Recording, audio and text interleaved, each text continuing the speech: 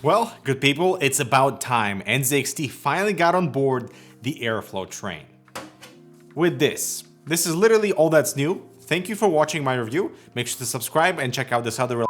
So 2 years ago in my H510 Elite review, I said because the glass panel was so easily removable, it was just about time NZXT would launch a mesh panel either for older cases or a new model iteration, and it is exactly what we got. And given that it is removable, I am sure that they're cooking up something with mesh panel to get additional exposure on the case when they decide to update it even further. Maybe H510 mesh or something like that. Don't get me wrong, it's a welcome addition like all the patches with Cyberpunk. At least we're not going backwards, you know?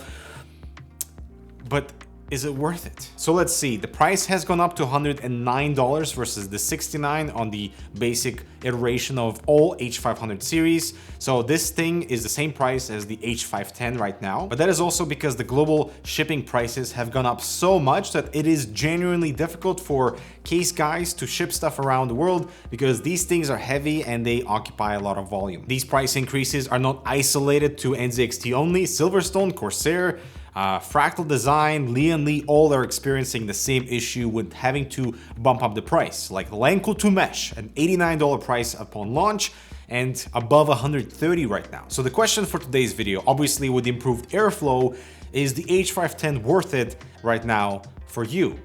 Let's begin right after this. Ooh, a 30mm frame, so it's a little thicker, ideal for multiple locations, but is the performance mind-blowing?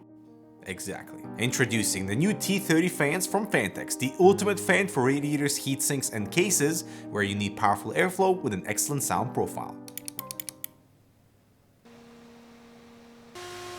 The 3 RPM mode switch is a clever integration, you gotta appreciate daisy chain potential, and of course, a good looking fan will keep the system clean. Check out the T30 fan down below. Okay, so first of all, I want to give some credit to NZXT because this whole panel, I mean, that's all they changed basically, but it's a brilliant design in terms of ease of use. So it pops off 2 pegs, you know, it pops back in easily. It's a beautiful design too that matches to the interior ventilation mesh on the power supply shroud. So nice cohesive elements there. Plus they went with a proper high airflow dust filter that is easily removable and is exactly what you want.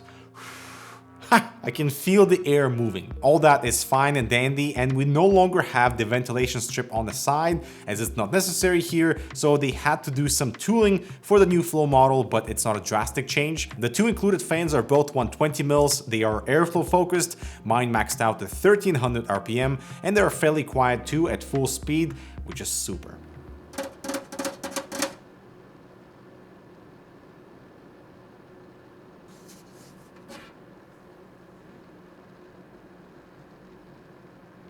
The top slot is unoccupied and has no filter either, so it's a pretty basic enclosure with ATX motherboard support, a 240 or 280 radiator at the front, and the exhaust fans at the rear. So let's cut to a chase. You're here to see the airflow and the flow, and right off the bat, it's competitive at its stock configuration. Being a compact case, the fans are doing a good job delivering air to both the CPU and the GPU, so it's above average with cooling performance with those only 2 fans, and we do drop 2 degrees Celsius with the front panel removed on both CPU and the GPU, which is a good result. That ventilation pattern and the dust filter are not a significant barrier, unlike the price increase. That is a pretty big barrier. There's actually more cooling potential here with better fans, so here I'm using dual T30s at the front at 1300 RPM, with significantly better temperatures on the CPU mainly, without any additional benefit to the RTX 2060. Honestly, I feel like this is the case we should have gotten 2 years ago because of that removable glass panel. Maybe even include this in the box, or allow people to buy the mesh panel separately, which I don't think NZXT is going to do. That is unfortunate for H510 Elite owners. So airflow is good. Now let's talk about what isn't, shall we? So the front fan bracket is simply outdated. It's only accessible from the interior. It is not reversible. That would make it much easier to install both radiator and fans onto it. The 140mm mounts have too much frame, so you lose efficiency. And given how easy it is to remove this front panel, you should be able to install that front fan bracket from the front as well to just simplify your life in terms of like user assembly. And Lenco 2 Mesh and Lenco 2 does it beautifully in terms of giving you a proper user experience that isn't making you fight the enclosure. Next up is the AO. It is the same as previous cases. I really don't like the single USB 3 port when the cable is the same anyway, but at least now the headphone/mic splitter is all black instead of red like on previous models. The PCI slot area still uses flat screws instead of thumb screws, and this additional plate to lock the expansion slots, which is super stiff, and I'm not sure what is its advantage. Like, why is it there instead of having traditional thumb screws?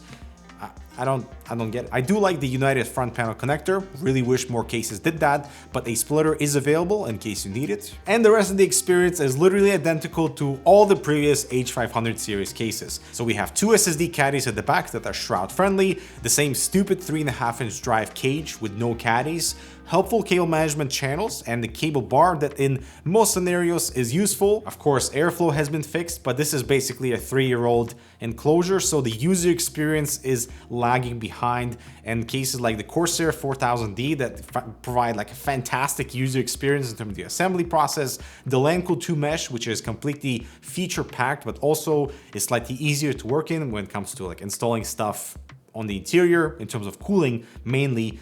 So here, if you're after that whole H500 series crave and you want airflow, this is kind of like your way to go. Honestly, I feel like the H510 Flow is a bit late to the party, but we shouldn't down it and we should welcome it addition, because in all honesty, it's the same price as the original H510. Regardless of the price increase, that is kind of outside of NZXT's control. I do feel like they would win some points if they sold the mesh separately, so previous users can kind of upgrade. I don't think they're backwards compatible with previous cases, so that's kind of unfortunate. All in all, if you're after airflow, this delivers, right? But I've been reviewing this case for 3 years now. There's nothing new aside from the new front mesh panel, and I was hoping to see a little bit more innovation in terms of user assembly and giving us additional value at things, again, when you are increasing the price, even though that is due to shipping stuff, but still, I want to feel like the customer is being looked after, and I feel like they are a little short in that department. All right, guys, let me know what you think of the NZXT H510 Flow in the comments. I'm Dmitry, thanks so much for watching. I'll talk to you in the next video.